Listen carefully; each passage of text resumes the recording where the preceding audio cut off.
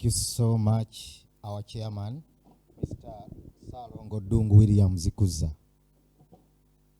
Once again, good morning to you, ladies and gentlemen, members of the Fourth Estate, the press, members of the RPP, Uganda Federal Democratic Organization, and all other sister parties who have come here to be with us this morning.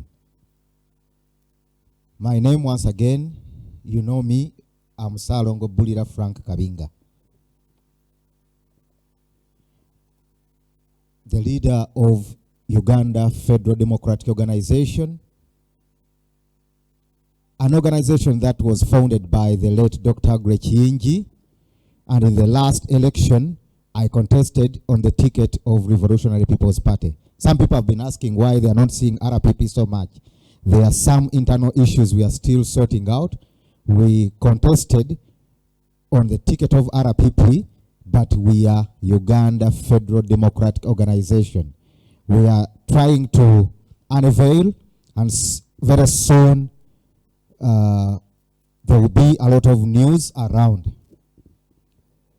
I wanted to read out this statement to the public, which is the major reason as to why we are here this morning.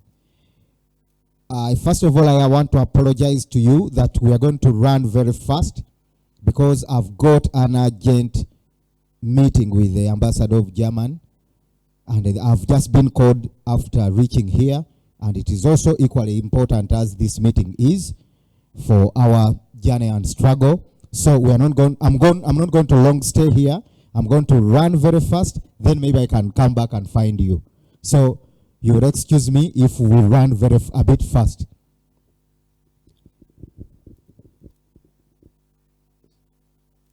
So fellow Ugandans,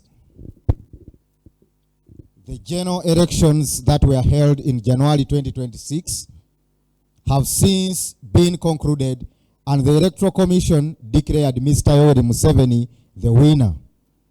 However, the entire electoral process, you very much know, was deeply flawed and fell short of both legal, it fell short of both Uganda's legal framework and internationally recognized democratic standards. Across all phases of the election, pre-election preparations, campaign period, on the polling date, and the post-election environment, there were widespread irregularities, inconsistencies, and incidents that significantly undermined the credibility and integrity of the entire process. These shortcomings comprised the essential conditions for a free and fair elections, which is why we question whether the declared outcome reflects the true will of the people of the Republic of Uganda. Ugandans are constitutionally entitled to choose their leaders, and governance legitimacy is derived from the genuine consent of the governed people. When that consent is undermined, the authority that follows becomes fundamentally questionable.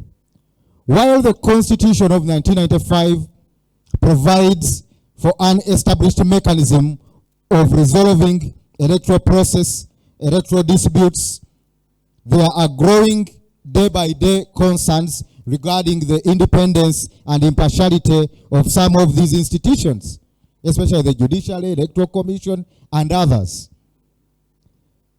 These concerns are further exposed by the continued detention of key political actors, especially one of our remaining pillars of the opposition, retired Colonel Dr. Kizza Besigye. He remains in incarceration up to now.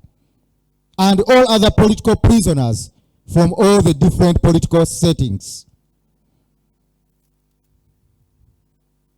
Under these circumstances, it raises serious constitutional and human rights concerns. Dear ladies and gentlemen, these institutions are mandated to safeguard justice and are perceived to be compromised. The foundation of constitutional government in Uganda has been weakened. In such a context, the Constitution still affirms the right and responsibility of citizens of the Republic of Uganda to defend their democratic order and uphold the rule of law through lawful, peaceful, and sustained civil disobedience. It must be clearly understood that no nation in the entire world can maintain stability where justice is absent and where the will of the people is disregarded. Any government that operates in defiance of democratic legitimacy risks continued erosion of public trust and increasing civil resistance rooted in lawful expression of constitutional rights. I therefore call upon all Ugandans, ladies and gentlemen, all political leaders across the spectrum, the civil society actors, and state institutions to act with restraint, responsibility, fidelity to the Constitution. It is our collective duty to demand for transparency, insist on accountability, and safeguard the democratic future of our mother Uganda through peaceful and principled means. This moment and time I call upon, this moment and time calls for national reflection to resolve the current problems of this country, political problems especially. The voice of the people must not only be acknowledged, but it must be respected, protected, upheld, even in a scenario where civil disobedience is the remaining only option to change this government. As the Uganda Federal Democratic Organization, we remain committed to democracy, constitutionalism, and federalism agenda, which is the future for our motherland, Uganda. As the Revolutionary People's Party and UFDO, we had strategic resolutions after our internal meeting. Given the current state of affairs, where Uganda is like an orphan, we have an illegitimate government and we have a dead opposition. And we cannot all just keep quiet and let things go. We warned the people during the campaigns that we cannot risk following Mr. Museveni, and we cannot risk even following Mr. Museveni's oppositions. Let's solidify as Ugandans and forge a way forward. We are here to rebuild the opposition that was founded by the Dr. Semo Ogededes. The opposition that was giving Mr. Museveni sleepless nights, that was led for 15 years by retired Colonel Dr. Kizza Besigye. We are now going back to 15 years. We have had 10 wasted years. Mr. Museveni sleeping. As long as they are getting iPod money, some people are okay. Let Mr. Museveni go on. As long as I'm getting a cow of 300 millions and 50 millions every month, to hell. Our brothers and sisters are rotting in Ikitalia. Many have lost their lives. Children of foot soldiers are not going to school. This is a time and now. Everyone is quiet. We have no government, we have no opposition. So it is Mr. Museveni. He's in the field alone. But all of us, we are not going to keep quiet. And we are not going to run away from this country. We are going to fight Mr. Museveni, as I said, on the land, in the air, and in the sea, until we liberate this country. We are not going to run away from the problem. We are going to remain here. If it is exile, let Mr. Museveni go to exile. We are not cowards to that extent. Most of our colleagues, like Dr. Chinji, went to exile. First, he was forced to exile and returned back in a coffin. I know what exile means, and we don't wish anyone to go to exile. If it is going to exile, let Mr. Museveni and his cronies go to exile. but we are more than steadfast to reshape and liberate this country and institute a new democratic federal Uganda that will move on constitutional trends. These are the resolutions we had, and this is our way forward as the UFDO. We are to hold a unified national dialogue for resistance. We are to hold and organize an inclusive national dialogue involving every opposition political player, including the National Unity Platform, the Forum for Democratic Change, Justice Forum, Democratic Party, the Democratic Front, Alliance for National Transformation, People's Front for Freedom, Peasants Party, Common Man's Party, Uganda People's Congress, independent presidential aspirants, those who picked nomination papers for presidency and were not successful. We are going to bring all of them on board, plus other unified fronts for a genuine change. And we are going, this is one of the things Dr. Kizza Besigye used to do. There would be no reason as to why Conservative Party could front a candidate in the previous election. You all well know that Dr. Besigye tried all his best to see that all parties at least galvanize and come to back him up. There is no reason as to why we all be scattered. People get scattered because the center cannot hold. So we want to bring back the center. We want to go back to square one, where Dr. Besigye left this trend of the opposition. And we forge a way forward. We try to, as quick as possible, rebuild and fill the gaps and get on trail to liberate this country. I tell you, we've had 10 wasted years. Mr. Museveni is competing against himself. We told and warned the Ugandans. Ugandans could not listen. I told Ugandans, yes, we need the crowds, but a crowd cannot remove a dictator. Mugabe was not removed by masses. Morgan Shangalai died without even becoming president. Robert Mugabe, the time he left presidency, they lost like not more than 10 bodies. And he was far much stronger than Mr. Museveni over 10 times. So we have to sober up as Ugandans. This is the only time we have. We are going to call upon all sister political players, all political parties. I've officially written to them, and I'm sure they will respond. Those who genuinely want change, they will come and move with us.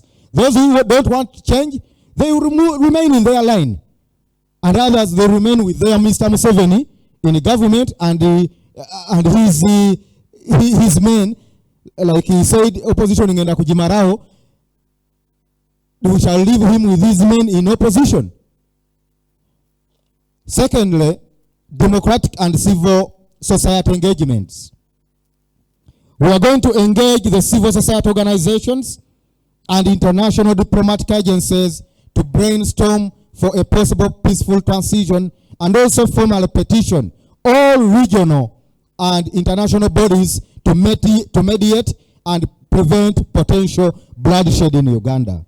You very much know that Mr. Museveni is leading Ugandans illegitimately. You very much know that he appointed himself into the position where he is. I told you during campaigns, let no one come and lie to you that he wants to be president of Uganda. When even here in SADC, countries around Uganda, you don't have even any 2 or 3 presidents who know you, apart from hearing on the news that Frank exists in Uganda, and being able to sit with some of them and talk one-on-one. If you can't have and reach that extent, you're just wasting your time and wasting time for Ugandans. That is why Mwalimu Julius Nyerere was the president of Tanzania, but Mr. Museveni, who was a rebel, by then he was collaborating with Nyerere. And Nyerere helped him to keep Fronasa rebels and Ugandans who were living in the diaspora in Tanzania to organize in Moshi, Arusha, Dar es Salaam until they came back and liberated this country. Mr. Museveni was working with the Samora Machels in Mozambique.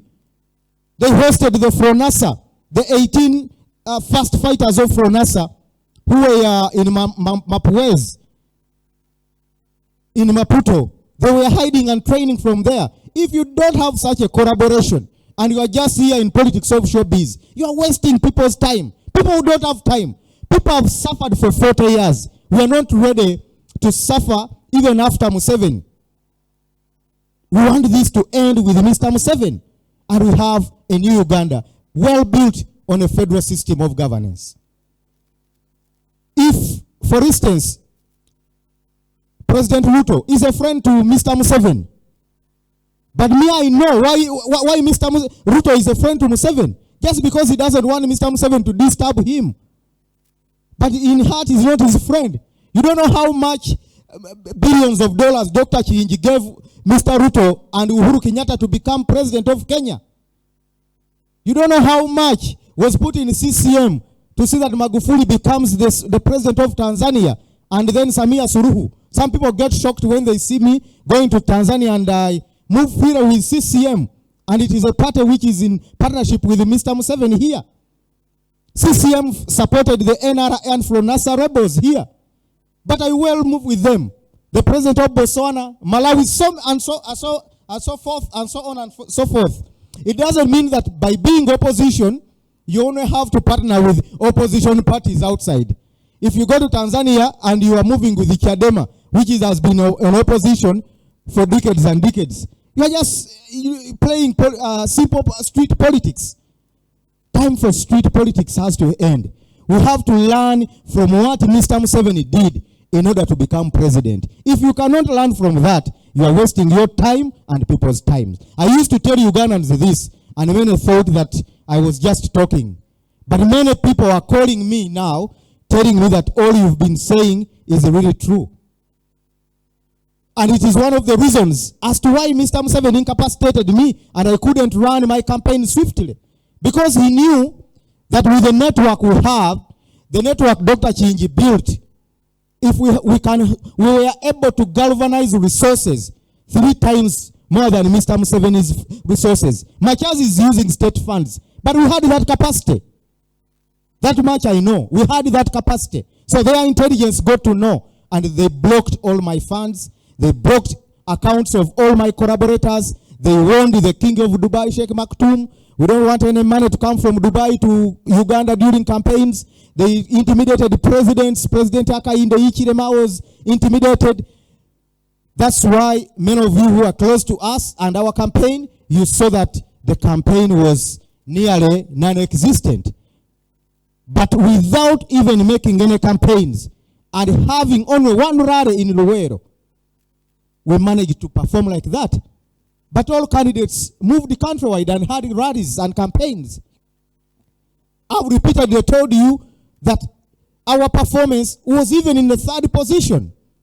According to our talent center, we were in the 3rd position. Honorable Robert Kyagulanyi was number 1, Mr. Museveni number 2. I was in the 3rd position. But Mr. Museveni didn't want to ashame his comrades, the generals and the Nandalas who are about to cross to NRM. So he had to give them a soft landing, and they were put in the 3rd and 4th position. And I was thrown in the 5th position out of shame. Many of my people who were collecting DRF forms, they were forcibly removed from them, and results changed. Only that we could not go to courts of law because we didn't have enough capacity to have polling agents countrywide. But that was a signal and a sign to Ugandans whom Mr. Museveni was genuinely competing with. Number 3, we had to organize regional federalist conferences. We had to conduct nationwide conferences with religious and cultural leaders to gather local opinions on the federal model we have to take as the solution to Uganda's governance crisis. We have to draft a federal charter during these conferences that are going to run in the 16 proposed federal states of Uganda. The charter will outline how the 16 proposed member states will enjoy economic autonomy and share national resources fairly. You very much know that amongst the 8 candidates, I was the only person who had an agenda for the next Uganda. Everyone was saying, let Mr. Museveni go. And Mr. Museveni was saying, I have to remain. What was his slogan? Protecting his gains and his family. Then others, let Mr. Museveni go. But no one had a plan for a new Uganda. We very much know that the key problem of Uganda is governance. Even if we remove Mr. Museveni now, and you put me as president, without changing the political system, it will be wastage of time. If I also be president under the current decentralization system, it will be another turmoil again. The problem of Uganda is the system where no system is working. A country like Kenya, even if you bring a 10-year-old kid and make him president, Kenya will run smoothly because systems are working. Systems are working. That is why, let me leave that. A country like Kenya, systems are working. A country like Malawi, there are many countries in the SADC region that have presidents whom, I'm sorry to say, are not even fit to be presidents. But those countries are running very fast, very fast. Malawi right now has an 80-year-old Mzee Mutarika. But the country is running smoothly. They had a smooth transition. Everything, it's not a developed country, but things are moving swiftly. There is security. If you want to know that the systems are running, just attempt to smuggle gold out of Malawi. That's when you know that security is there. They even don't need to talk about their security. Like Mr. Museveni says, I brought peace. There is security in Uganda. They just have to talk for it. But there are countries that are more peaceful and moving swiftly economically and socially just because of the political systems. We need to formulate a federal system of government as in these 16 regional federalist conferences, we are to formulate resolutions and the federal model we need for Uganda, where we are going to draft the federal charter and prepare for a new Uganda. The opposition right now is not prepared for a government after Mr. Museveni. Not at all. It is so shameful. Yes, we want to remove him. If we just remove Mr. Museveni to go without organizing and planning for a new Uganda, we are going to end up like Zimbabwe. The opposition of Zimbabwe Movement for Democratic Change was fighting just to remove Mugabe. Mugabe, since they were not organized enough internally and externally, Mugabe, when his comrades saw him aging, they toppled him. And his deputy, Mnangagwa, is now the president. Constantino Chiwenga is commanding the military, and others. So, we don't want to go into that scenario where Mr. Museveni goes. You see, he's aging, he's exiting. Love him or not, he's aging. Anytime he's exiting. So if we don't galvanize as the opposition, we are going to end up NRM sitting and choosing amongst themselves who would replace Museveni. We would have wasted in the graves where they are. They will just be crying. That is this the revolution we started. The Kairas, the Anthony Wagaba Sekweyamas, the Sevana Kizitos, they will just be crying. That is this the revelation? Is this the struggle we started? Dr. Kizza Besigye, who is now in Luzira incarcerated for month and month. What shall we tell him? That is this the struggle you started 15 years ago? So it is time and now that we galvanize as the opposition and forge a way forward. Let us move from the luxury corners. Let us move from the big budgets that we are sharing from iPod money and think of the Ugandans rotting in Kitalia. And think of the people, the young kids who are not going to school because their fathers were killed during the past elections and others are still in the docks. Finally, will be civic sensitization and constitutional resistance. We are to launch a mass sensitization campaign, educating the public on their constitutional right to resist illegitimate leadership, incorporate training on non-violent civil disobedience to ensure that resistance remains disciplined and effective without escalating into avoidable violence. On this, I give an example. During the times when I was the personal assistant to Dr. Chiengi, in case any one of us was being arrested, Dr. Chiengi could stop each and every activity until we fight for that 1 foot soldier. Even if you are in Kamale, he could tell you, go and find out the family of this comrade who was arrested. Where is his wife? Are his kids going to school? Take them this food. And many comrades, irrespective of their political affiliation. There are so many good presidential candidates in different universities who Dr. Chiengi gave funds to print out posters, to do campaigns, whether you are FDC, whether you are DP, as long as you are on the course to change this country. If you are incarcerated, it is incumbent upon us, all of us, to go and see how your family is, how your kids are, and we move as a family. That is the way we used to move when I was still active in the Democratic parties with the Dungus of this world. We have to be as a family, as the opposition. But the current opposition is just dividing us. People are just on social media abusing each other.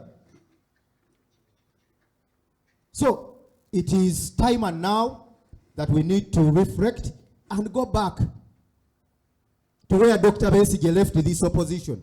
Some may not want to hear this, but it is the fact.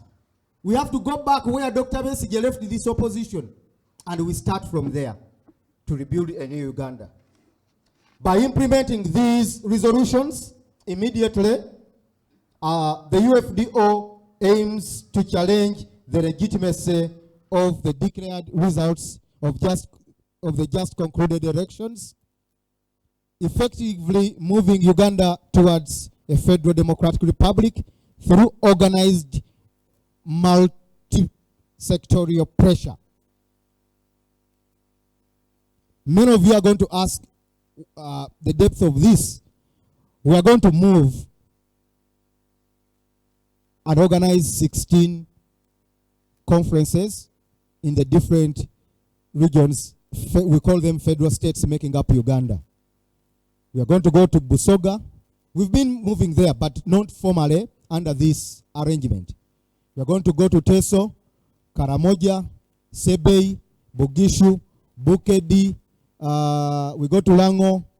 We go to Acholi, Rwenzori, Kigezi, Ankole, Madi. What are the Sebei? We have been Sebei and Teso.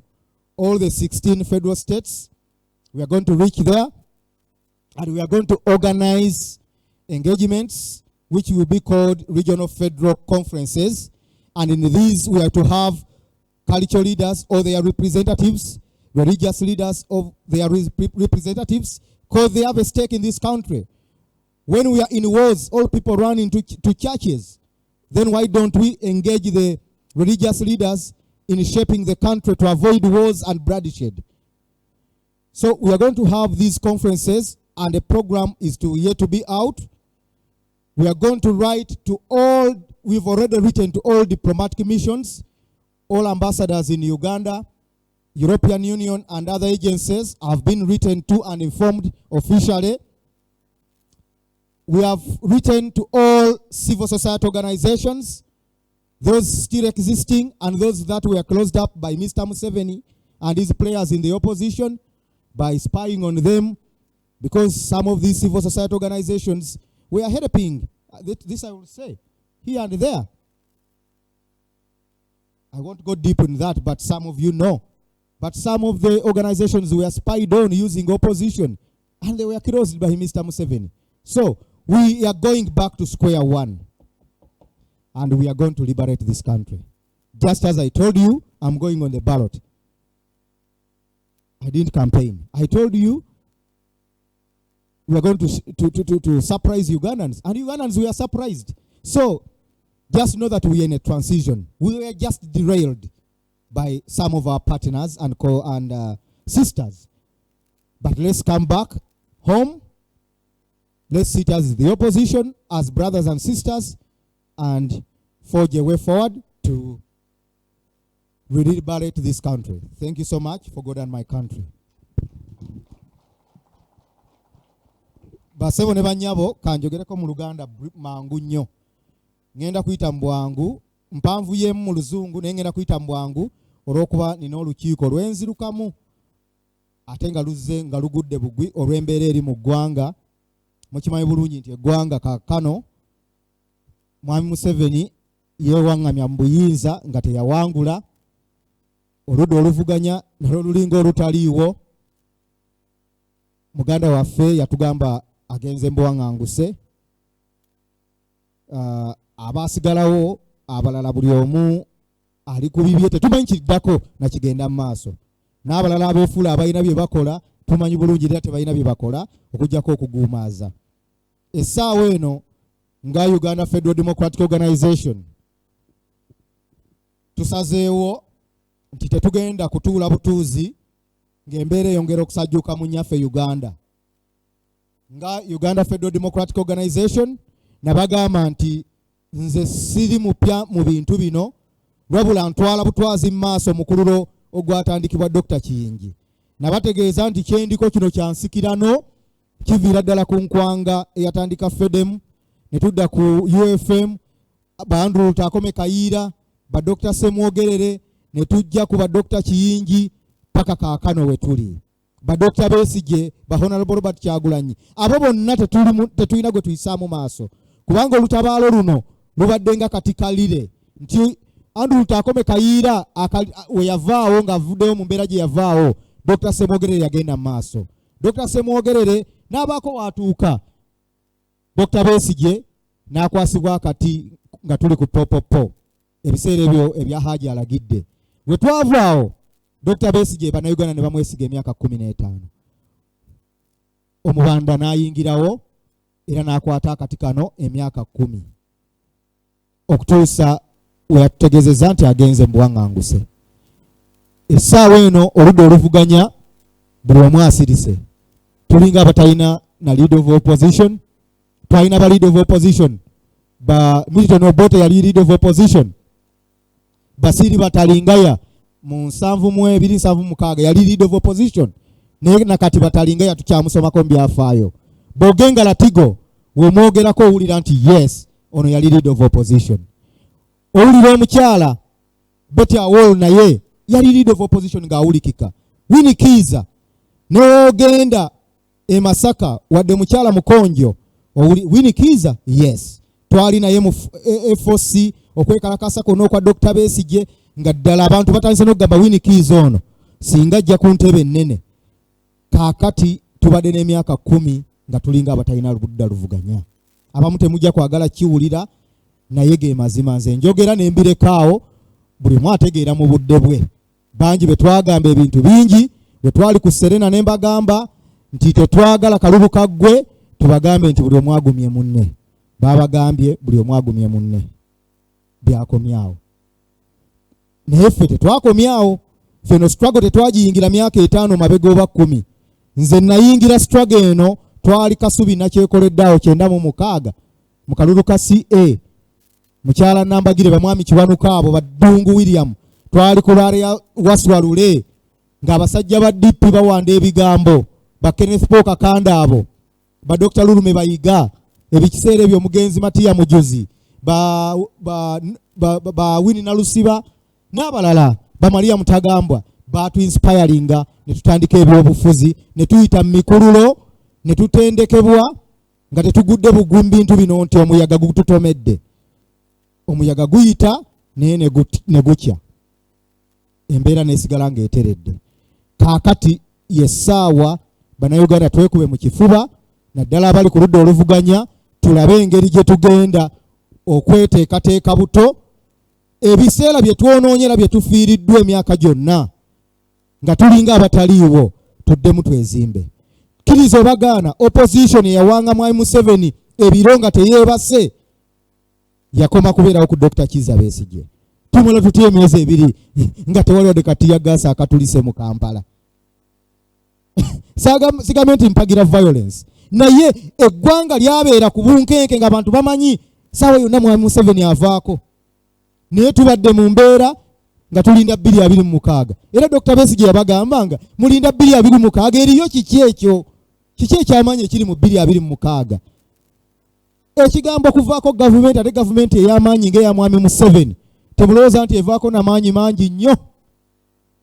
Robert Gabriel Mugabe yavaako nga n'emirambo tegyawera na 10 bamutuuza butuuza abantu be mu State House ne bamugamba leero tofuluma kyayi tujja mukuleetera wano n'emmere yogera ebigambo bino nti ndekulidde n'asooka aguguba ne bamuyisaamu empi paka we yagamba ndekulidde maaso ga TV n'avaako Munanga gwe yali omumyuka we n'atekinga over ne bakiwenga paka kati bagenda vuga Zimbabwe bisanja kyakubiri.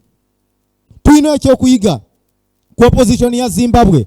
MDC eringa opposition yaffe balwanyisa Mugabe emyaka kumpi 34 ne bafa. Morgan Shanglai ne bamukuba tia gasi n'amaaso ne gaziba ne bamukuba obutwa paka we yafa ne amazima yafa nga ne Mugabe ate tamujjeeko ate Mugabe n'atuuka n'afa nga n'ekibiina ate kye yazimba essaawa eno kiringa kyakutaano. Tetwagala kutuuka mu mbeera ya Zimbabwe gyerimu. Tulina okwegalvanizing amangu. Tetwagala tuuka mu mbeera mwami Museveni banna bamuliraanye bamutuuze bamugambe leero tova Nakasero pulezidenti omupya ye gundi naye nga pulezidenti omupya oyo tali kuffe abadde balafuubana emyaka 4 nga tugamba tuli mu struggle. Tulina okubeera mu struggle nga tuli bumu. Nziza nnyo ekintu kya DP kubanze ye yanzimba.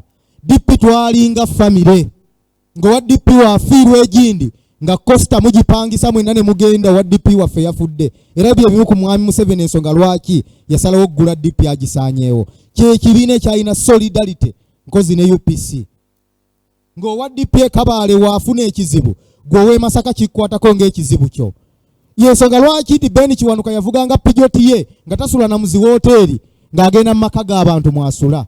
Nze campaign gye mbadde nga ntambuza naye nga abantu abasinga tebakitegeera. Bantu beebuuza najjawo obululu ng'ate saatambula emyezi 3 nze nabeeranga ku office naye nga tulina network wengenda ebugiri manyi kasiisira buli kasiisira. Nze district newe nfunwamu omuntu omu sikkiririza mu politics wa Miggundu. District newoba n'omuntu omu nga mwesimbu amanyi omulamu agwammwe omuntu omu ono akunga abataano ne bakunga 10 ne mujja nga mukola ekisinde ekiri silent ekisobola okujjako gavumenti. Naye okugamba nti muleese crowds teri yasinza Raila Odinga omugenzi crowds wano mu Africa naye yafa akomye kuba prime minister nga ate bamumuwadde buwi nga tafuze Kenya.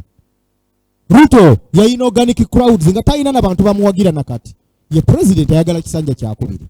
So tulina okufuna ebyokuyiga nti crowds zino tuzaagala naye zirina kubeera organized crowds ezisobola okukyusa eggwanga.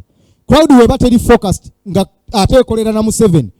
Mubalaba abaana bangi babeeranga ku crowds bambala ovulo naye nga anoonya bifaananyi nti ninaanye president nange bamu bajjanga ku campaign yaffe nga bakuliraana bati bafune ebifaananyi batwale mu ISO uno ffe tumuli emabega naye nga nze byonna mbimanyi. Abantu ng'ayambala ovulo yeekubye ekifaananyi asobole okuprocessingirako visa agende Canada. Bangi era bagenze bali Canada. Kakati we mubanga mugoberera ekyo nti kyekigenda okukyusa gavumenti awo ffenna twebuulire tugambe tudde ewaka tulinde mwami Museveni omukama waali muyita tuliraba ebiddako. Basebo ne banyabo njagala okubategeeza nti nga UFDO twatuula nga tulaba nti waliwo political space ne vacuum nti mwami Museveni yeewaŋŋamiza ku bannayuganda yeevuganya ne yeewangula ffe abaali balina omuvuganya ebyaddala sente zaffe n'azikwata n'atutema enteega okutambula eggwanga banne be yayagala okuvuganya nabo ng'akimanyi nti abo bo akalulu kanaggwa bagenda kunoonya engeri gye bakivaamu firimu zikomaawo abo bo yabaleka ne batambula naye ng'ate kikwasa ennaku titulina bannaffe bangi paka kati abali mu makomera abavundirayo makomera ag'enjawulo bakyala baabwe abalala baabazaalamu abaana baabawasa baafumbirwa kuba tebasobola kuddayo kusoma bazadde baabwe bali mu makomera. Essaawa eno tetugenda kusirika busirisi ffenna. Essaawa eno nga Uganda erina gavumenti eriwo bumenyi bw'amateeka ng'ate tetulina ludda luvuganya eno essaawa we tuvuddeyo nga UFDO tuzzeeyo ku square one Dr. Kizza Besigye we yaleka oludda oluvuganya nga luteeka Mwami Museveni ku nninga so nga telutunuulidde kufuna ssente za iPod. Oludda oluvuganya olwatunuuliranga munnaabwe nti omu akwatibwa ffenna tuveeyo tweyiwe tulwanirire munnaffe oyo omu. Oludda oluvuganya gavumenti olutuula nti twetaaga ebibiina byonna CP nejja Jema nejja buli kibiina ne kijja ne tutuula ku mmeeza ne tulaba ntugenda mu maaso buli omu n'addayo mu kibiina kye naye ng'ate tulina common front kwe tukaanyiza okulwanira entalo ezimu. Ebyo byonna byakoma mu biseera bya Dr. Besigye. Tuddayo opposition eyo gye twagala okuzza. Bali abanoonya ssente za iPod mubeesonyiwe. Mubeesonyiwe abantu bali mu kwonoonyeza bugagga n'akazimba apartment 5 omwaka guno ngenda kwongerako 8 nenga twagala kujjako Mwami Museveni. Abantu bali mu apartments ze bazimba bavuganya nze nina 5 nze nzimbye molo nze nkoze bwente nenga ofuna billion kumpi 7 annually eza iPod nga tosobola gamba nti kanguleko ebitabo bya kale kawombi kamu nga bira abaana ba opposition wadde tetunatuuka mu buyinza waliwo obuntu obutono bwe tusobola okukola. Nze mu bunaku bwange wembanga nsobola okuweerera abaana besizaala abasukka 30 ng'olina budget ya billion 7 naye ng'ongamba tosoboladde kugula dazini y'ebitabo ye opposition gye tuyina. Ba Dr. Semwogerere batuweerera twafuna scholarship mu bitongole bya zi Conrad Adenauer Foundation abaana DP bangi n'aba UPC n'ebibiina ebirala aba benefitinze mu scholarships ezo paka wezaggalwawo nga NRM etandise zipenetratinga bangi nnyo basoma Democracy and Development Studies enkozi University of Westminster ne universities endala naye nga baweererwa ku programu eya Conrad Adenauer Foundation ne Frederick Hilbert Stiftung ne Waterdev eyasomesanga abakyala. Ebyo ebibiina bye birina okukola nti yes government weeri naye naffe nga alternative government tulina bye tusobola okukola ne tulaga nti yes we tunaba tukutta obuyinza bweti tuwe tugenda okuyamba abakyala. Waterdev yatendeka abakyala mu ggwanga lyonna aba DP aba NRM aba UPC ne babasomesa mu byemikono ne babawa scholarships ne babawa ssente ezaddala okukola projects eziri realistic. Abakyala bangi nnyo balina America bemmanyi abalala bali Norway naye nga batendekerwa Waterdev abalala bali mu bitongole ebyenjawulo naye nga Waterdev teyali programu ya government yali ya ludda luvuganya. Tuddayo ku ludda oluvuganya olwa Dr. Semwogerere olwa Dr. Kizza Besigye tuddemu tushaping opposition tweteeketeeke tusobole okujjako Mwami Museveni. Naye nga tulina embeera eno ey'okunoonya omusaala tuli mu mbeera nga akulira oludda oluvuganya awaŋŋanguse mu ggwanga nga ababaka ba parliament abali ku ludda oluvuganya tebasobola dde otuuza ka press conference bwe kati okwogera ku mbeera eyo. Tebasobola dde okugamba nti tetugenda kulayira paka nga embeera ya Robert Kyagulanyi Ssentamu tugitegedde obanga akomyewo mu ggwanga. Ababaka ba parliament ab'opposition ne bamala bagamba nti tetugenda kulayira paka nga Robert Kyagulanyi Ssentamu obuwanguzi bwe bumuweereddwa Mwami Museveni tasobola kulayira.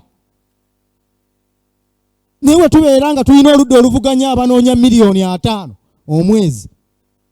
Nze kanfuneyo obwa kansala nange mpumuliraawo kanfune obwa road mayor nange nfuneyo bennaawa ku mirimu. Kaakati twaviira ddala ku mulamwa. So nga UFDO ffenna tetugenda kuva ku mulamwa. Nziramu okubategeeza nti Dr. Kingi yayambanga abantu nga tatunuulidde kibiina mwova.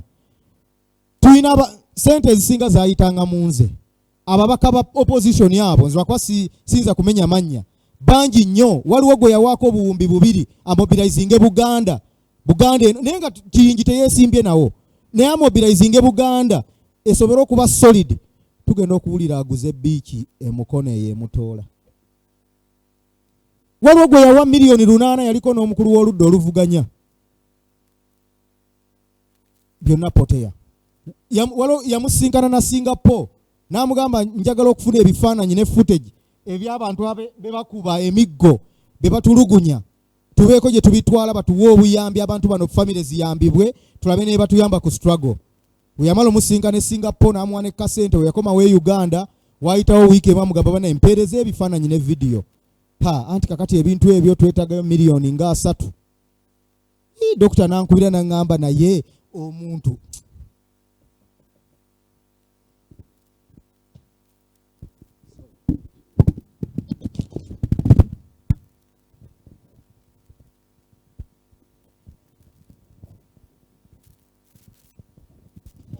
Dr. Nangamba nti ebifaananyi ebiri ku Google eby'Abannayuganda bye batulugunya ne video weetaaga miliyoni 3 nze nsake ssente zijje ziyambe struggle ng'olina lead of opposition.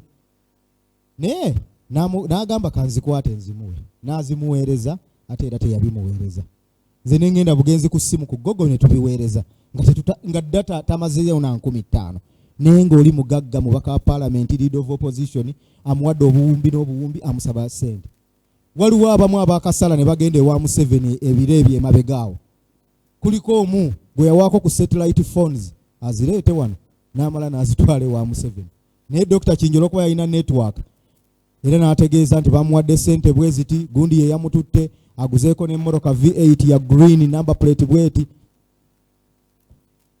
Naye bye abantu betuzenga tubagamba ffe nga mugamba tweyogeza bweyogeza.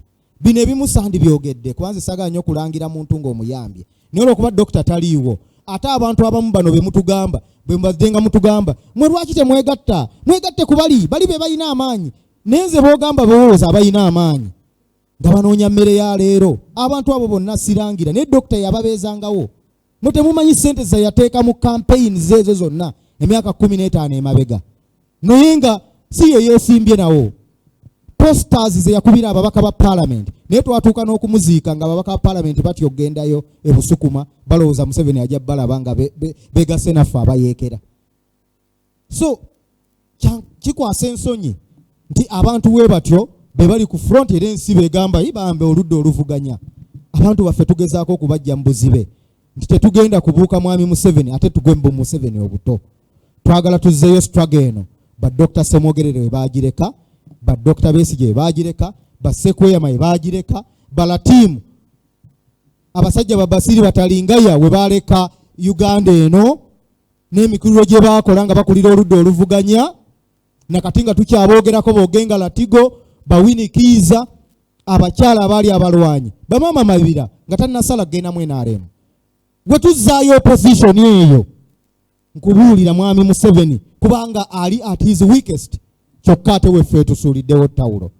Nyongera okutegeeza Bannayuganda nti nze sigenda kufuluma ggwanga, sigenda kudduka Uganda, sigenda kutiiririra lutabaalo luno. Mwami Museveni waba ayagala ye anaagenda mu Exile eno ensi yaffe. Tosobola kudduka mu lutabaalo luno nga luyidde. Ne mwami Museveni we yali alwana teyadduka mu Exile, yagendanga Kenya n'agenda okusinkana mwami Nyerere mu Dar es Salaam n'Arusha, n'agenda ewa Samora Machel naye n'akomawo n'akola ebintu bitambula byonna. Tebabalimba nti omuntu agenze mu Exile alina kyagenda okukolayo. Nze eyo mbaddeyo teri nsi gye sitambudde. Ebintu ebyandikoleddwa ebyo nze nabikolakoladde emyaka 15 n'omusobyo. Ebimu soogera nti neewaana naye ge mazima. Nina ba presidents abasukka 15 nga twogera. Va ku bino ebyogenda n'opoozinga n'obuzunguzungu obunoonya emmere ya leero n'ojja nti bazungu babano bagenda kujjako Museveni. Bwe baba abazungu abaddala ab'okutuyamba mbamanyi abazungu abaddala nga ne Museveni tayinza kumalawo weeks 2. Naye tulina obuzunguzungu amusole tusse naye nga batambula nga nabo bambega ba Museveni bajja ne beefula ne bazze bayamba ne babajjamu ebyama ne babizza ewa mwami Museveni. Bino emmeri ezeetuuse e Mombasa ne tubeera ku ekyo emyezi 5 eri mwami Museveni afuga. Bw'obanga mu region wano toyinawo wadde ba president abasatu obuyinza tebabukwata na just kuba nduulu, obuyinza kuba kwekobaana. Yensonga lwaki Nyerere yali president e Kenya naye n'abitrayinga munne. Yes, international relations zibaawo, totabaala nsi nansi, naye wabaawo twekisize, wabaawo okukkaanya. Ruto mukwano gwa Museveni naye mukwano gwange kuba amanyi nti nali nkutteko ku ssente nga Kiyinja azimpadde n'enzimutwalira ezamuyamba okutuuka ofuuka deputy president w'e Kenya nakati okubeera president wa Kenya. Neogenda Botswana yonna amawanga mangi nnyo nga tutambudde nabo. Kati abantu abo ba presidents be basobola otuuza mwami Museveni ne bamugamba ssebo obbi akalulu k'omwana oba mugezi kolooti. President Akainde Ichirema yavuganya na Edgar Lungu nabba akalulu nga mwami Museveni we yakola. Akainde yalinga olaba Dr. Besigye naye olw'okuba yali akoze network nga gye tuyina twalabirawo nga Bakikwete bazze, Boba Sanjo n'akuŋŋaanya ba presidents ku Africa, ba Uhuru Kenyatta bonna ne batuula ne Edgar Lungu ne bamugamba oba oyagala waayo obuyinza. Naye essaawa eno mwami Museveni talina wadde omulalu asobola omugambako. Wobanga essaawa eno toyina wadde president wa Kasaakaavu ka Burundi kwosobola okugamba nti ajja agambe mwami Museveni oba amukubira akasimu ti naye lwaki teweekuba mu kifuba oba omala biseera. Kale nno tukooye era tetukyayagala kuddamu kumalira bannayuganda biseera, twagala tuddeyo tuzimba opposition eyali ya Democratic Party nga tennabaggulwa mwami Museveni. Tuddemu tuzimba opposition Dr. Besigye gye yalekawo, awo tugenda okutwala eggwanga mu maaso. Maliriza nga mbategeeza ku resolution zaffe nnya tumaze okuwandiikira ebibiina ebyenjawulo okuli National Unity Platform, Alliance for National Transformation, the Democratic Front, PFF, Peasants Party, Common Man's Party, Jema, ne abeesimbawo kuba president ne bajjayo form naye ne batabeera nominated, ne fronts ez'enjawulo zonna tuziwandiikidde nga twagala tubeeko enkolagana ey'awamu, naye ng'enkolagana eno si yakutuula mu board meetings na kwogera, naye nga tukola nga Dr. Besigye bwe yakola, tiyatuuzanga ebibiina ebyenjawulo ne babaako kye bakkaanyizza ate ne bagenda ne bakolerawo. Nti kuba kunoonya ssente, gwe genda onoonye kino, noonya kiri, gwe genda mu university zino, tukole tutyo, tulabe nti tufuna ekyawamu ekigenda okununula eggwanga Uganda n'okulaba nti mwami Museveni tusobola okumuggyako mu bbanga si ddene. Okulaba nti mwami Museveni tusobola n'omulemesa okulayira bwe tubanga ekyo tukikoze mu bwangu, era twagala tukikole mu bwangu.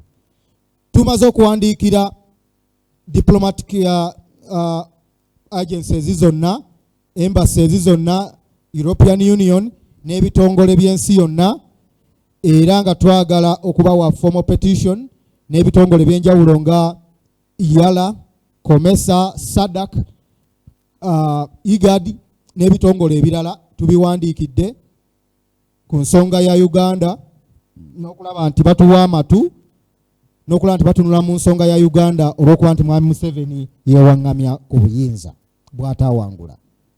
Tugenda tegeka enkiiko 16 mu masaza oba mu bitundutundu ebikola eggwanga Uganda ffe be tuyita federal states. Tugenda draftinga federal charter egenda okuva mu resolutions ezinava mu nkiiko zino 16, era eyo yegenda okuteekateeka Uganda empya w'eneetambula nga mwami Museveni avuddeko. Tugenda kubeera n'emisomo eri bannaffe naddala abavubuka n'abakyala mu ggwanga lyonna n'ebweru w'eggwanga ekinaasoboka. Abamu bajja kufulumangamu bagende bongere okubangulwa mu kutambuza ebyobufuzi eby'emirembe, ebyobufuzi eby'amazima n'obwenkanya, ate n'ebyobufuzi ebitambulira ku mukululo omutuufu. Era eyo program sijja gigenda wala, n'ebyo byonna bigenda mu maaso. Nsaba tubeere nga tutambulira wamu mu nsonga eno nga we tuwandiikidde ebibiina by'ebyobufuzi byonna, era tumanyi bijja kukkiriza aba John Board. Anaagaana oyo tujja kumubalanga ali wamu ne mwami Museveni, era tujja basindiikiriza wamu naye. Mwebale nnyo, mwebalire ddala. Nga sinnamaliriza, njagala tutongoze kalenda yaffe. Bandetereko kalenda ezo 2. Waliwo kalenda ezafulumye nga zigenda kusaasaana. Twakubisiza kalenda emitwalo 5, miliyoni 5, nga buli nyumba egenda kufuna kalenda. Waliwo kalenda ey'Oluzungu n'ey'Oluganda. Kalenda eyo eriko amasaza 16 agakola eggwanga Uganda, ate kalenda eyo nga eriko ne message yaffe n'omulamwa kwe tuyimiridde. Tukyagezaako n'okulwana okulaba nti waliwo materials zaffe ezakwatibwa mu campaign ezaali leesu z'abakyala container 2, naye tumanyi mu weeks ntono nazo we zinaaba bazituwadde, tugenda kuzitambuza mu ggwanga wamu ne kalenda zino. Eno kalenda ey'Oluzungu nga eriko amasaza 16 agakola eggwanga Uganda. era buli nyumba mu Uganda egenda kuba mu kalenda, buli katale, buli saloon, buli mudaala, buli taxi park egenda kuba mu kalenda eno ey'oluzungu n'ey'oluganda. Zigenda kusaasaana eggwanga. Twakubye ezimala ziri obukadde 5 businga n'omuwendo gw'Abannayuganda, ne materials endala zijja kufuluma. Kale no ntongoza kalenda zino era zigenda kusaasaana eggwanga, buli Munnayuganda agenda zifuna, era zigenda mutukako zatandise okutambula mu districts ezimu, era mu misomo gye tugenda okutambuza regional conferences 16 tugenda kuba nazo zituuke mu Bannayuganda, ne t-shirts ne leesu ez'abakyala, nga leesu ziriko maapu ya buli kitundu, maapu ya Teso, Karamoja, Acholi, Lango, Kigezi, Ankole, Toro, Bunyoro, Lwenzori, buli saza bazikolanga ziraga Uganda eyawamu nga we yali bakitaffe abagenda mu Lancaster Conference we bakanya nti Uganda eno okutambulira ku musingi omutuufu erina kugendera ku nfuga ya federal, ebitundu ne byefuga, buli kitundu ne kiba nga kivunaanyizibwa ku ky'obugagga kyakyo, era leeso eyo eriko n'ebyobugagga ebiri mu buli kitundu. Mwebale nnyo, mwebalire ddala. Tweyanze mu kiseera kino kiba jangu wano kiza sookojje isima jangu muyimirire awo mwenna ng'oli wakati w'abano sooke mubeere basatu kato sooka oveewo. Kaakano abo mbayimirizaawo kubalaga bendera yaffe eya FDO bwetunula zeerangi ezo. Era kansabe mu kaseera kano era aka kalenda nga tetunnafuna bibuuzo, buli ayambadde uniform efaananako bw'eti asooka ajje wano. Buli ayambadde uniform, ng'oli wano ayambadde uniform, mwenna musooke mujje wano.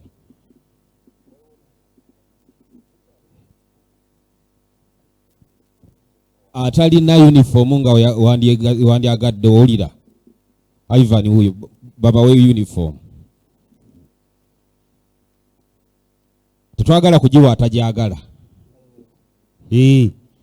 Twagala okugiwa ajuuliriramu emirembe.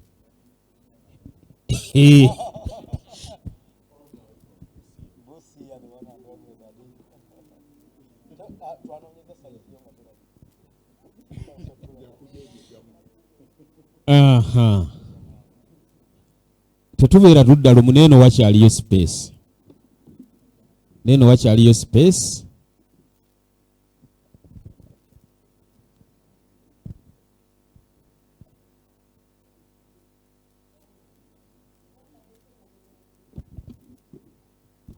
Eno wakyaliyo. Bw'oba olaba ng'oli muwanvu kati oyinza okudda emabega ate nga obulirayo abawanvu mudde emabega wano. Abawanvu muddeko emabega.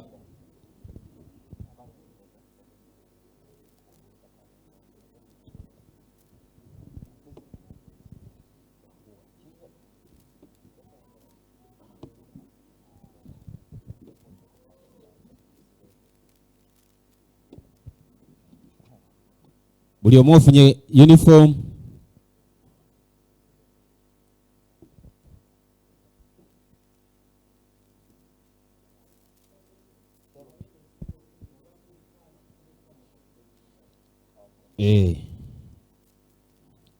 Abali mu maaso wano tukwate ne kalenda, leeta kalenda ezo.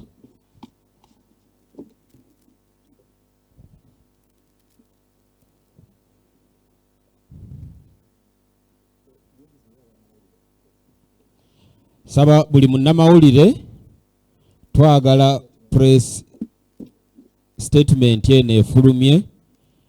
Buli munnamawulire tusaba ogifuneko kopi.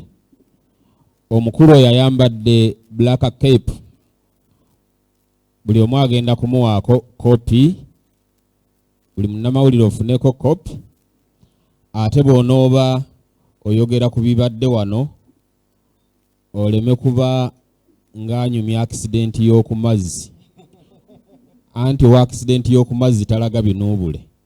Kati obeere nga buli kimu okiraga.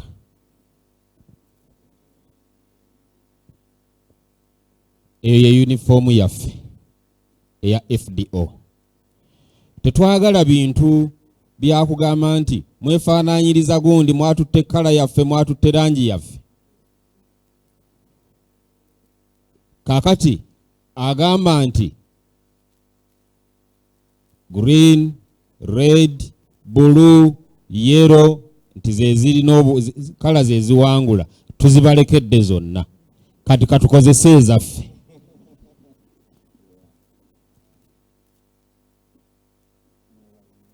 So let us come together to liberate our motherland through reshaping and transforming a formidable opposition in Uganda. Kansabe era tukozesa akakisa kano bwe wabaawo ow'amawulire alina ekibuuzo kyonna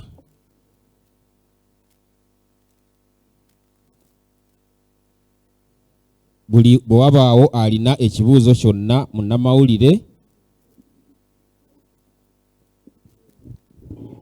isima kwako.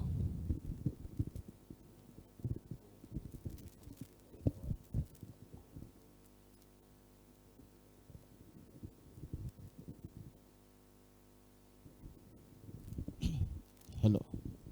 Yes, my name is Jamil Sekaja. I work with the UBC. Okay, Tori Muganda pose first. President, yogedde ku kya federal.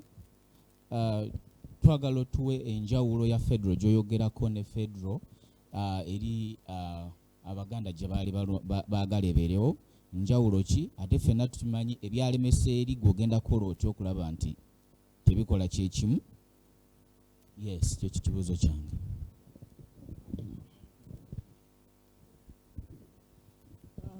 Good morning. My name is Juliet Kasiri. I work with the New Vision. In your remarks, you mentioned that the opposition we have currently is weak. Maybe you can throw more light on that.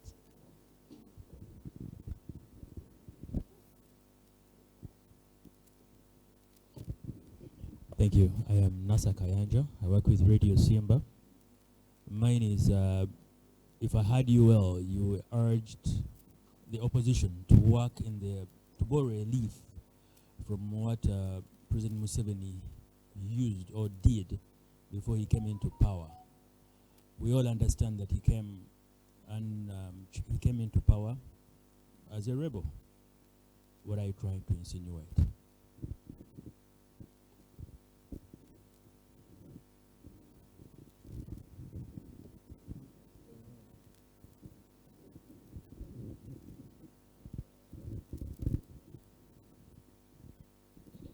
Mr. President, ebyange ina bibiri byonka nze Ssenyonga.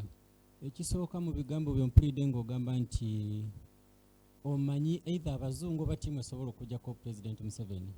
Twalyebuuziza lwaki kino tekikolebwanga. Ndowooza ekisembayo era mu bigambo by'ompuliddeko ng'ogamba nti waliwo enteekateeka y'okulemesa President Museveni kulayira. Walyongedde okitangaza mujja kikola mutya era ddi? Webale nnyo mwebalire ddala. Ngenda kuyita mu bufunze naye ngenda sooka na Mwami Ssenyonga Baba TV. Mwami Ssenyonga ogambye nti manya abazungu abasobola okujjako Mwami Museveni. Ekyo si ebimu kale sinza byogera mu lujjudde naye abamanyi bamanyi nti obuyinza ensangi zino libakobaane gweobadde okimanyi nti eriyo kampani nga zo omulimu gwazo kujjako zi gavumenti. Ezo kampani nali nzikutteko nenziwa n'abamu ku badde bavuganya Mwami Museveni. Nze nali saagala bwa president toba kwesimbawo. Hapana. Yensonga lwaki nali nkoledde ku Dr. Besigye nga tuli mu FOC, nga tuli mu walk to work, bye nakola mbimanyi era byagaana olw'abamu bambega betwalina. Nakolera Dr. Kiyingi network yaffe gye twalina yali nnene era bye twakola byali bingi.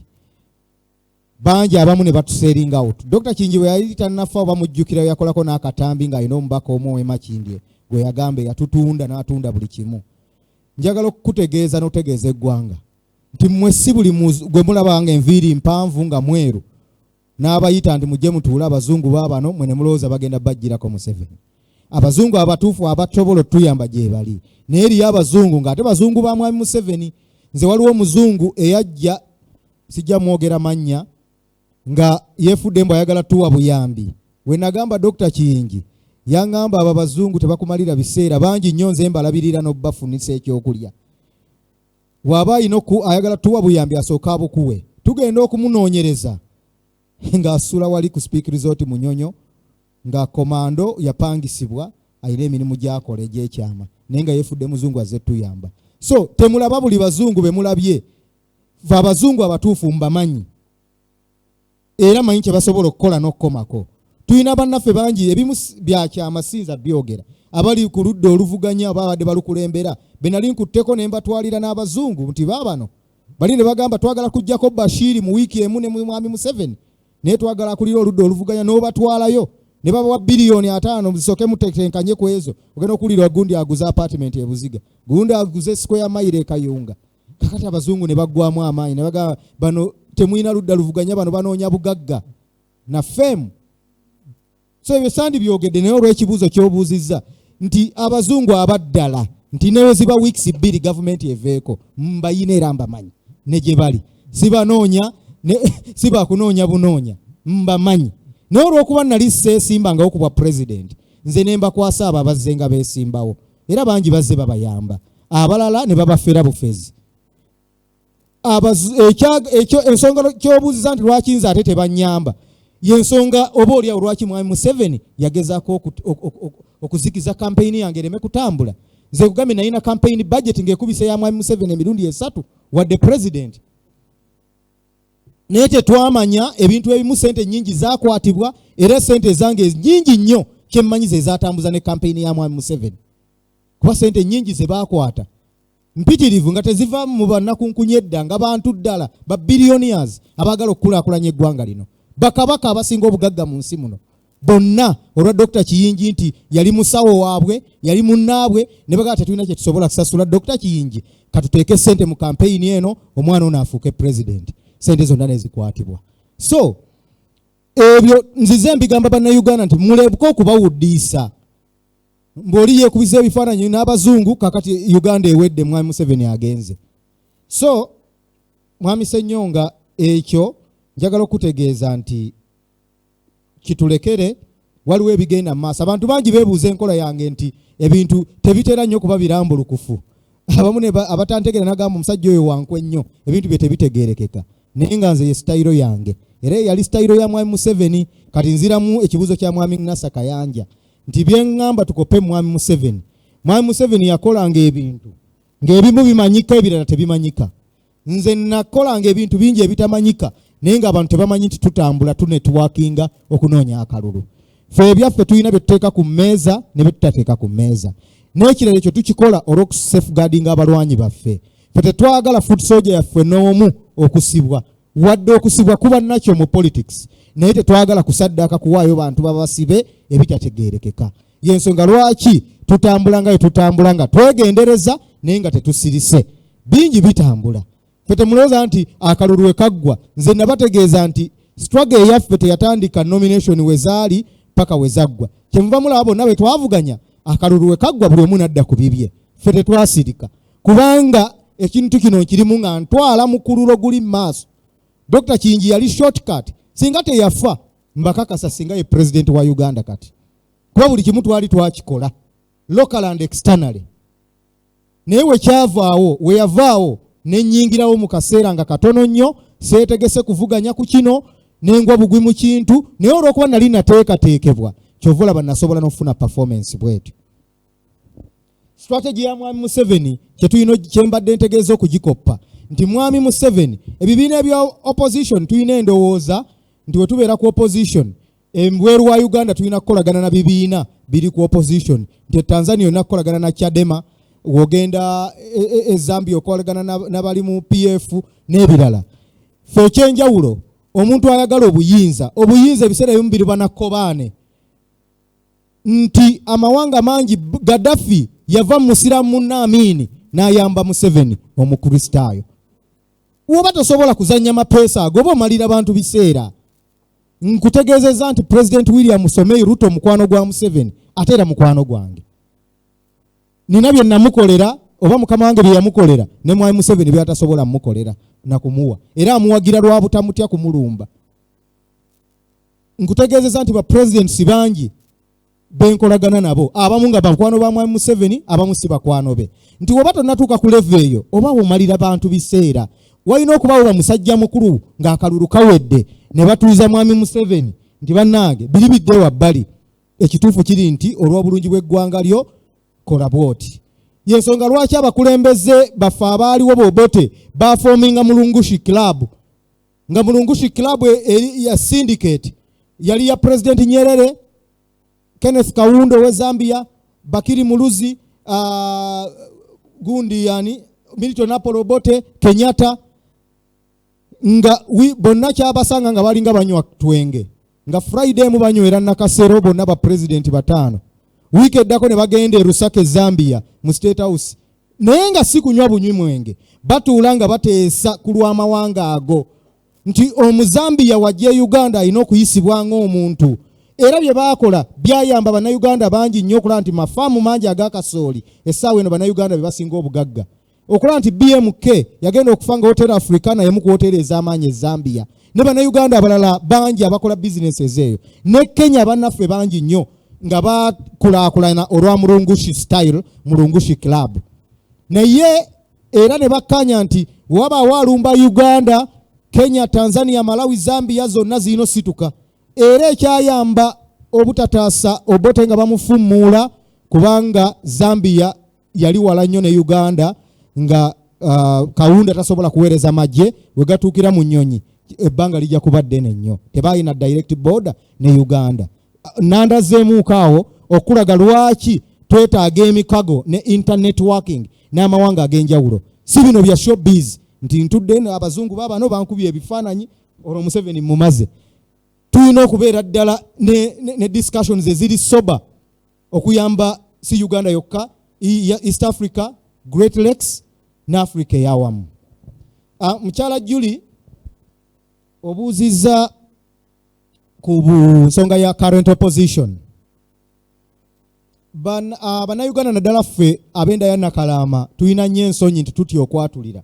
Nze ekyenjawulo ekyayi sirina kyenneeguya kubanga seeguya tiketi nti bagenda oba kumpa musaala oba noonya mugabo ku ssente za iPod oba kiki. Buli kintu nkyogera nga we kiri, abatantegeera ne banvuma naye ne bantegeera oluvannyuma.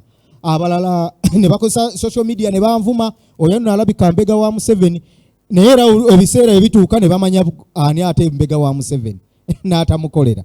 Kaakati ekyoludda oluvuganya kikkiriza oba kigaane mwami Museveni yeewaŋŋamya ku bukulembeze yabba obululu bwa Honorable Robert Kyagulanyi. Naye wamala okubba akalulu ne tusigala nga eggwanga liri mu bbanga kuba bannayuganda bagambibwa mukalonde mukakuume mukabanje mukalondoole n'ebifaanana ng'ebyo naye akalulu we kaggwa ebyo byonna byafuuka byafaayo kwe kutegeeza nti tewali ludda luvuganya.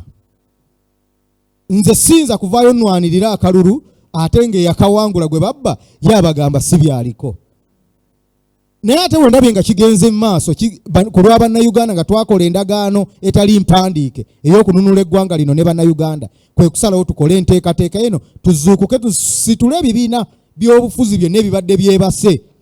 Ababaka ba paalamenti abalinze obulinzi okulayira bali mu kugula masuuti kati era singa Dubai ekisaawe tebakiggala sera bonna bali Dubai bagula perfume na masuuti.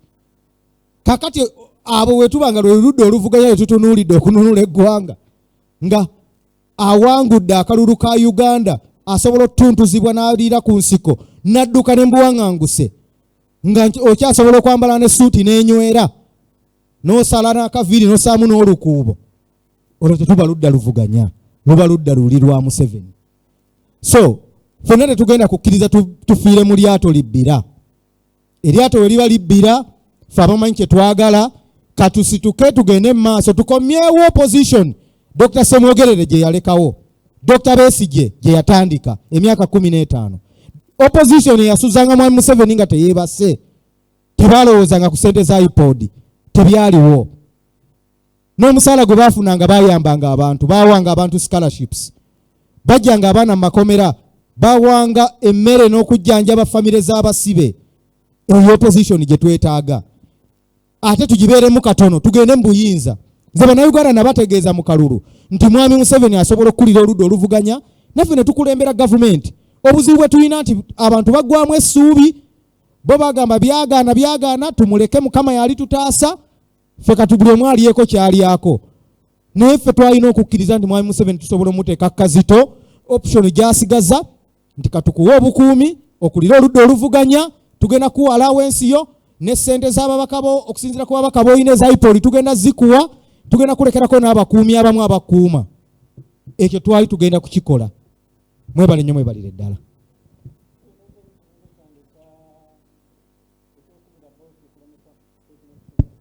Ekyo kyensembyayo ndowooza.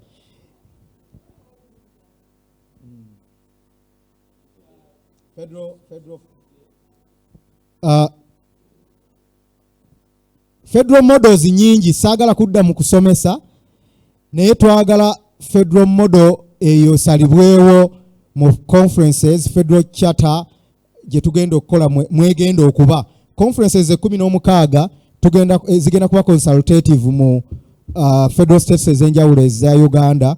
Tukanye tunagenda na federal model ki ffe tulina gye twandibadde twagala ng'eggwanga lya UAE constitutional federalism kwetambulira nti wobeera mu UAE abantu abasinga bamanyi Dubai nsi kyokka nga ate Dubai is a federal state capital city ya Abu Dhabi naye ate nga Dubai eri developed n'okusinga Abu Dhabi capital city. Sharjah eri industrial ebiri industrial byonna ate bibeezawo UAE yawamu. Buli federal state ng'erina federal police nga wogende Teso federal police abapolisi beeyo ba mu kitundu era n'emmotoka number plate z'Eteso nga ziriko T wadde Uganda weeri U naye nga kuliko T. Bunyoro ng'emmotoka zaayo ziriko B nga ne woogiraba e Masaka omanye n'emmotoka y'Ebunyoro.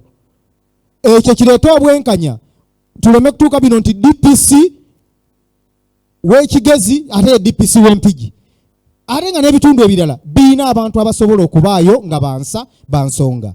Twategeeza mu manifesto yaffe nti mu nkola yaffe eya federal gye twagala emirimu gisemberera abantu to scrapping bino bi parish development model bye bali mu kubbiramu abantu ssente bi operation wealth creation n'ebirala bimyoga ng'ate Honorable Kasero ali mu kweyoga yekka kalina olaba zisituka buli kitundu kya ggwanga naye nga abantu beeryankuta babagamba myoga. Twagala model eyo nti abantu emirimu gibasanga gye bali.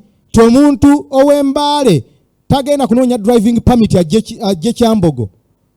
Omuntu w'e Karamoja passport agifunira Moroto ku headquarter ya federal state ye.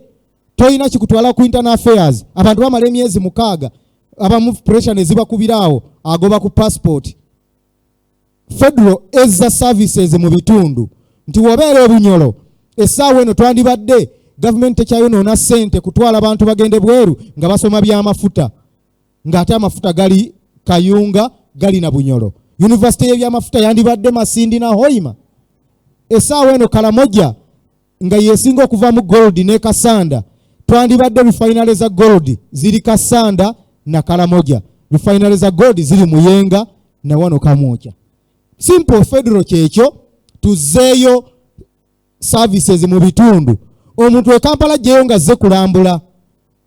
Wotuuka mu Tanzania teri mu federal state naye Tanzania otuuka mu Arusha n'oddayo ng'omatidde nti nva Tanzania naye nga totuuse Dodoma mu capital city totuuse mu industrial city Dar es Salaam kubanga Arusha erina airport esinga Entebbe emirundi 5 naye nga ate Julius Nyerere airport yenkulu e Dar es Salaam eringa na Dubai airport. Yenkole eyo gye twagala services zidde mu bantu naye obusaawe bu airfields bwe tuyina bulinga busaawe baana mwe bazannyira dduulu. Yensokola ki mu manifesto yaffe twagamba ebitundu nga Kasese kiina okuba ne airport Wezire Mumbere International Airport. Abakongo bonna ebintu babigula Kasese n'abamu Kampala ate nga abakongo bagagga bayina ssente basobola okulinnya ennyonyi. Mwe mukimanyi nti abakongo abajja essuubula e Kampala tebalinnya bbaasa abasinga bapangisa special n'agisasula $1,000,000 kitundu okuva e Rubiriha paka Kampala naye nga bbaasi linki ya mitwalo oba 6 tebazirinnya. Kaakati oba tosobola baterawo kisaawe kya nnyonyi ne muyingiza sente. Simple federal kyetegeeza nti Toro Tourism City lwaki togiteerawo airport Kabaka Kyebambe International Airport ne kibanga omulambuzi tasooka kujja Ntebe n'amenyeka n'oluguudo lw'ekyegeegwa ne lumukuba mbinnya bw'agenda kulaba chimpanzee na mountain Rwenzori. Teeka airport Fort Portal ekulaakulanye ne Toro yeekulaakulanye nga tebalina kye beegomba mu central government. Naye olw'okuba Mwami Museveni akyayagala obuyinza bumubeere mu nkwawa, buli ayagala ssente agenda amufukaamirire, y'ensonga lwaki tayagala federal kubezza obugagga mu bitundu. Mwebale nnyo, mwebalire ddala.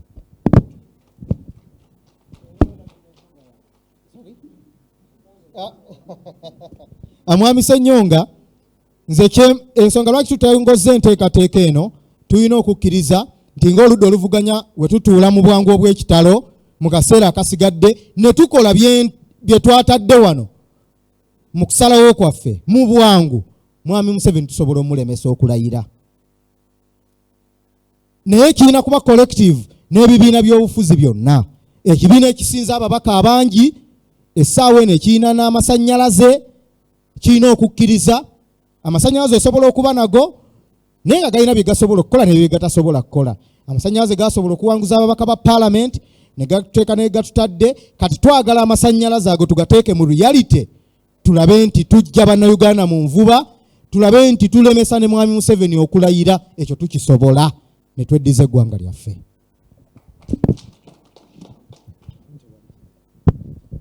Tweyanzeege nga bwe twagambye tulina kalenda obukadde 5.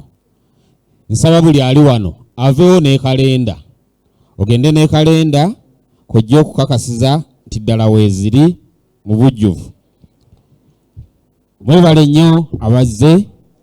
Nsaba bwe tuva wano tuyitireko wali omuntu ofuneyo kookulya obudde weewaawo. Ffe nga bwe twabagamba press conference zaffe oba enkola yaffe yonna tujja kutambulanga bwe tutyo. Mwebale nnyo.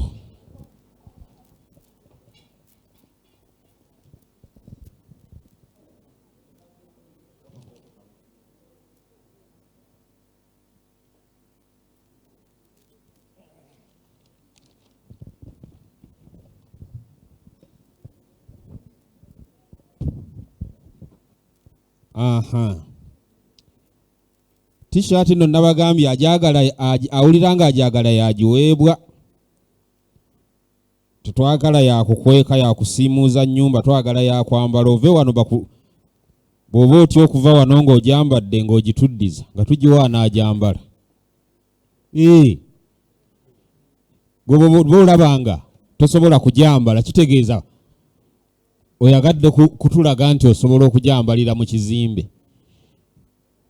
Atagenda nayo ng'ogyambadde gireke, tujja kugiwajja okugyambala. Kalenda twabagambye.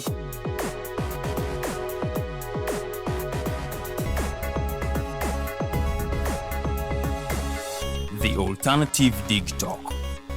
Real issues, real talk.